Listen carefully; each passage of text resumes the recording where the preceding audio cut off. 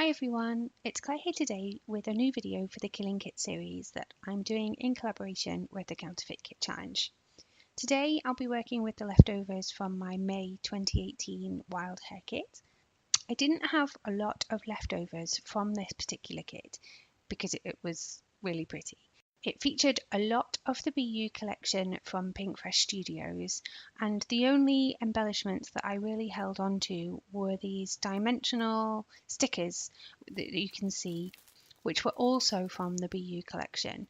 They matched really well, so I pulled them out of my stash just to include with the kit for today. I've recently treated myself to a few cover plate dies from Avery Elle, and I really wanted to see if I could make them work with my kit leftovers.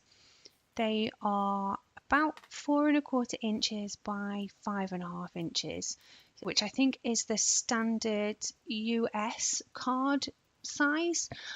So they work really well for all of these medium-sized leftovers. And I also think that they'd work quite well with some of the kind of patterned Project Life cards that I tend to have left over from my kits too. In this video, I've used a few medium-sized leftovers. You can see that I've got kind of ombre. I'd never know quite how to say it. Sheet there, and happily I also realised that I could use two smaller sections to back one cover die, because these dies have a section across the middle where the back isn't visible. If you don't have any of these cover plate dies, don't worry.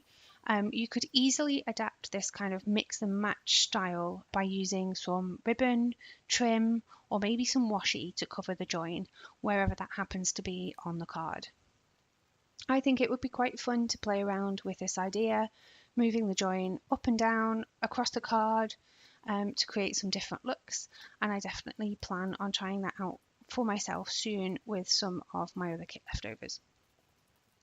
In the end here, I made 3 cards, one with the medium background, 2 with a kind of mix and match sections, and I particularly love these mix and match cards because the cardstocks work really well together, being from the same collection, and I think it makes the most of my leftovers, so that's perfect for me. To decorate the cards, I attacked the orangey one that you can see on the left there first. This was definitely the easiest to do, as there was an embellishment in the sticker selection that completely matched it. It had the same pattern and colour. All I did then was add a little enamel dot from one of the newer Pinkfresh collections, and that was it. I should add that those enamel dots and those cute little bows came from the leftovers of a different kit. I am constantly on the lookout for ways to completely kill them, so if I need something, I do tend to go through these kits before I head into the rest of my stash. To embellish the other cards, I decided to have a look through my die cuts, which I keep in a little bowl on my desk if they didn't come in a kit. I sort of rifle through them quickly so that I can find 1 or 2 for cards or layouts, and you can see me here trying out a few different combinations before I settle on one for the second card. As you can see, I couldn't find a combination that I was really happy with for that last card, and I really want to use up as many of those leftovers as I can, so I haul out my trim and score to make a rosette. I love this particular scoreboard and how easy it is to use to make these little lovelies, but I found that my leftovers weren't really quite long enough to turn into a rosette. As you can see, what I've ended up doing is scoring a few sections before joining them with some double-sided sticky tape just to make one rosette. This would obviously be much easier with longer strips, but it was quite satisfying to use up all those small ones and to get them onto the card.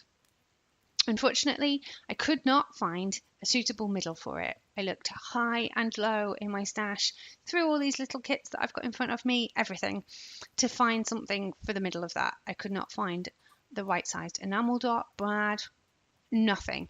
I'm sure that I've got something suitable in my stash somewhere, and I will come across it at another point in time, and I'll consider it done. That's it for today. As always, I'll link to the Counterfeit Kit Challenge below, And I'll leave a link to the Facebook community as well, where I would love to hear from you if you want to try out any of the ideas from the series or ask me any questions. That's it for now. I'll see you next time. Bye bye.